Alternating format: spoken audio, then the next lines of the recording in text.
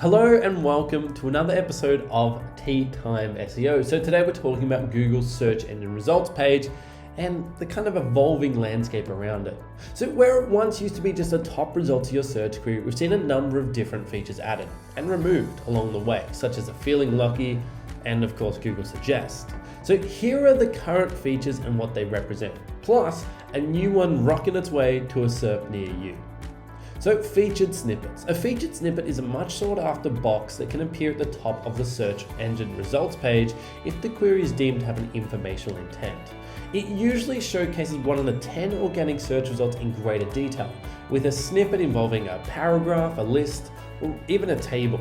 So if you're already achieving within the top 10 results for a keyword, have a look at what types of questions users are asking and see if you can optimize your on-page SEO to better answer them concisely and following best SEO content practices. There's also people also ask, which is a section of questions related to your search term or intent that tries to show an immediate link to a page with an answer. Sometimes works, sometimes clumsy, but designed to further expand upon your current session and queries. Then you got the knowledge panel. Now this is a feature that pops up on the right side of the SERPs with informational intent drawn from Wikipedia, Google or My Business listing, Google Maps, or from an about page on a branded company. Image packs. So if Google recognizes a visual intent in a query, it may present an array of images at the top to represent some results. If your website benefits greatly from the images it displays, make sure you're on top of your metadata and visual tagging, including accurate captions, descriptions, alt tags, and file names. Video carousels. On a similar note, video carousels may appear if the search intent is a mix of visual and informational. Some videos may have timestamps relevant to answering the user intent.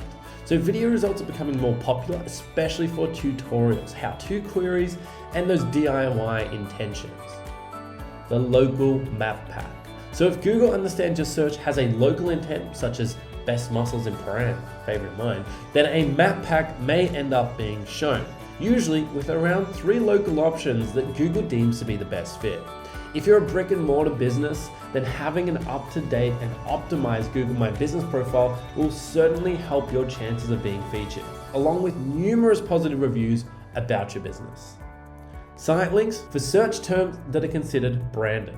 Google may offer up other links within the site under the initial homepage link with their own titles and descriptions. This is designed to help the user navigate the site faster or take them closer to their exact query resolution.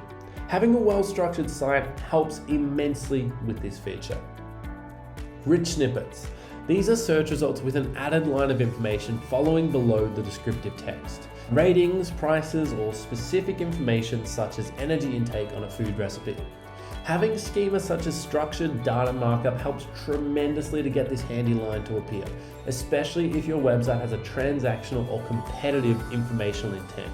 Now, if all those features weren't enough and now you've got a kind of summary of each of those, then Google will soon point you to things to know about your search query. Yes, a brand new section is slowly being unveiled on the search results page, originally labeled things to consider. Now, things to know is Google's newest method to show you as much as possible when fulfilling your search intent by providing another section to help you expand your query. So let's dive in and see what that's all about. Things to Know wants to give you answers right away and provide you with the links to pages that have further detail. So if you type cassette tapes into the search bar, then Google may show you something like this. Or you could want to know about cassette tapes and then some, except maybe the immediate answer on how to fix a tape that's been unwound with a pencil. Sections on the Things to Know may give you direct answers on where you can buy your query, care advice, tips, categories involved, whatever feels relevant, to send you to potential sites satisfying queries that you might not have thought of.